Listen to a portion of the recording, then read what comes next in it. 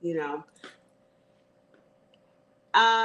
From the Buffalo Soldiers to leadership figures like Colin Powell and Lloyd Austin, Black military service tells the story of resilience and excellence. Yep, the regiment in Arizona was based on the Buffalo Soldiers, where we were expanding to the west, and they needed those soldiers to help with that, and those Black soldiers were able to learn those foreign those Native American languages and interact more with the Native Americans, and that's who gave them that name, was the Buffalo Soldiers.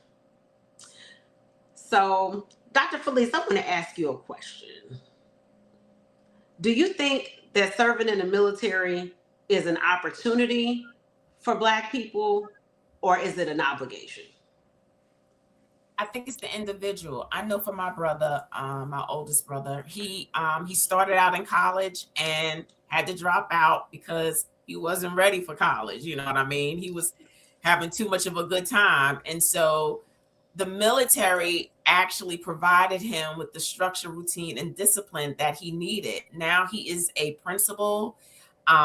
He he's doing well. He's got great benefits. Like being in the service really benefited him and his family and positioned them well. And I was like, well, shoot, why didn't I think of that? Like, like when he went, they still was given the traditional benefits. They paid for him to go back all the way to his master's program.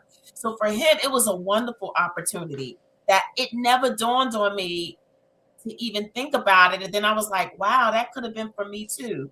So I think it's the individual, and where you are in the stage of your life and what it can do for you and your personal attitude and perspective and how you go into it. So if you go into it knowing that it can benefit you and that there's an opportunity, I think that's what you're going to experience. But if you go in tainted, you're going to have a tainted view and experience with it as well. So it all depends on the individual and how you go in looking at it.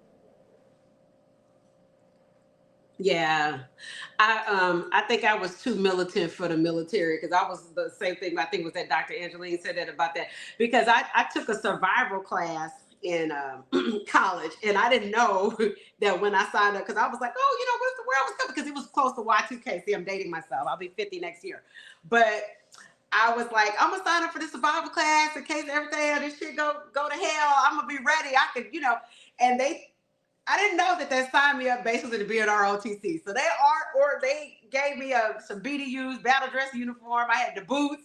I had to wear it on Thursdays and go to class. And then they stuck us out in the woods, which was super fun though. They taught us how to kill chickens and how to pitch a tent and all this stuff.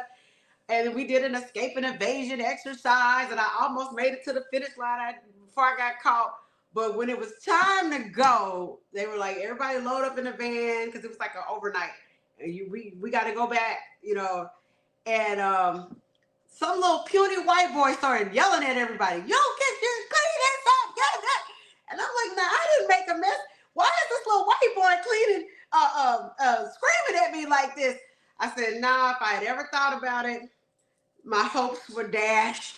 So that was that's it. I knew I could do, because I said I've been to go all on the white man. I can't have no little white boy yelling at me. So that I was too militant for the military.